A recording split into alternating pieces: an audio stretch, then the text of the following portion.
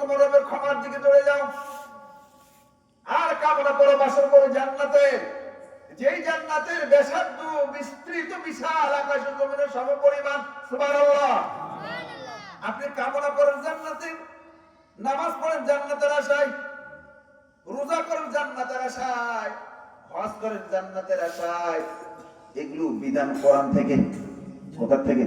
কোরআন থেকে। যে কোরআন থেকে এগুলো বিধান, ওই কোরআন থেকে নির্দেশনা আছে তোমরা সৎ মানুষকে শাসনকর্তা বানাও।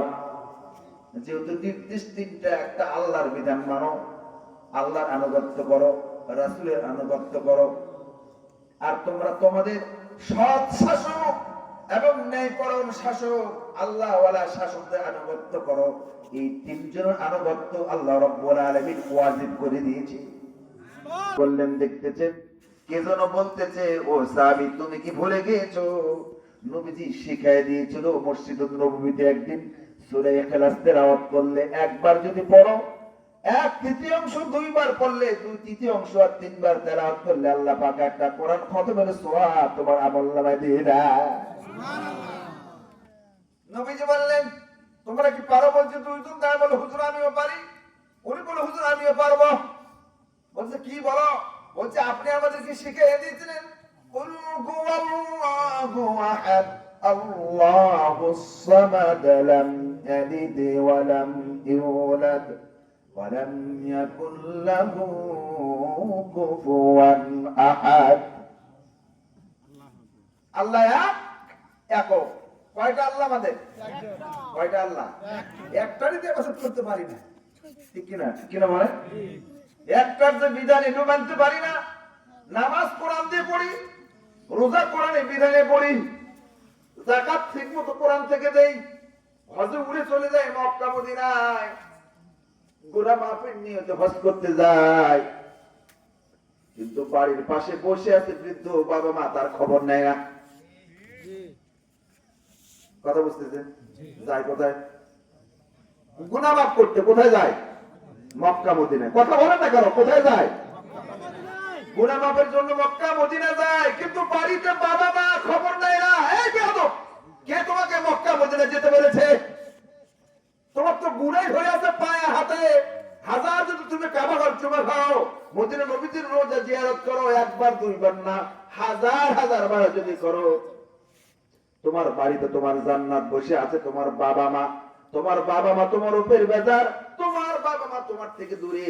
তুমি যতই নেকি বানার জন্য মক্কা উড়ে যাও, হাজার যেতে পারো, কিন্তু তোমার দোয়া আল্লাহ কবুল করবে না, যেহেতু তোমার বাড়িতে তোমার জান্নাত। এটার খবর নাই। নামাজ ঠিকই পড়ে, রোজা ঠিকই করে, হজ ঠিক করে, যাকাত দেয়, সব করে। যদি বলা হয় যে কোরআন দিয়ে নামাজ পড়ে, কোরআনের আইনটা যদি চালু হয়, একটু চালাও, প্রচুর তো রাজনীতি। ওটা কি রাজনীতি? কোরআন আইনটা কি রাজনীতি? না। আপনি এখনো বুঝতে চেষ্টা করেন কোরআনটা কি রাজনীতি? তা আপনি পড়েন কোন কোরআন দিয়ে নামাজ? তা আমি বলবো নামাজটা রাজনীতি? না। আপনি কোন কোরআন দিয়ে রোজা করেন? কোন কোরআনের বিধান থেকে? 30 পারা কোরআন থেকে কি বলেন? যে কোরআন থেকে রোজা করেন, যেই কোরআন থেকে নামাজ পড়েন, যেই কোরআন থেকে হজ করেন, যেই কোরআন থেকে যাকাত দেন, ওই কোরআন থেকে বিশ্ব নবী জনাবে মুহাম্মদুর রাসূলুল্লাহ সাল্লাল্লাহু আলাইহি সাল্লাম তিনি তার জীবন দশে দেখিয়ে দিয়ে গেছে, আমার উম্মতেরা আমি হলাম মদিনার গভর্নর, মদিনার প্রেসিডেন্ট, আমি নবীজি হলাম কোরআনের শাসন করে, আমি নিজেই শাসন করতে ওদের প্রতিষ্ঠিত করে গিয়েছি। তোমরা মনে করো না শুধু আমি নবী, শুধু নবী না, আমি মদিনার রাজা ছিলাম, গভর্নর ছিলাম, রাষ্ট্রপ্রধান ছিলাম।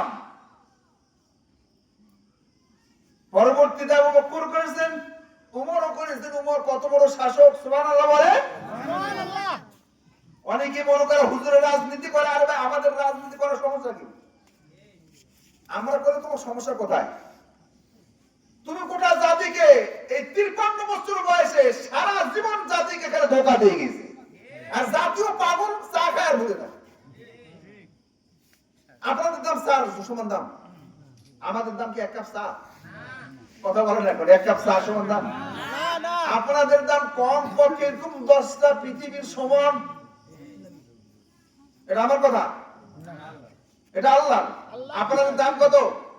10টা পৃথিবীর সমান। কমপক্ষে একবার ছোট জান্নাত যিনি পাবেন, এর চেয়ে আর ছোট এরিয়া হবে না।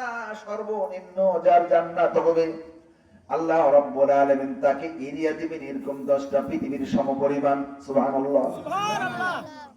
وسارعوا إلى مغفرة من ربكم وجنة عرضها السماوات والأرض أعدت للمتقين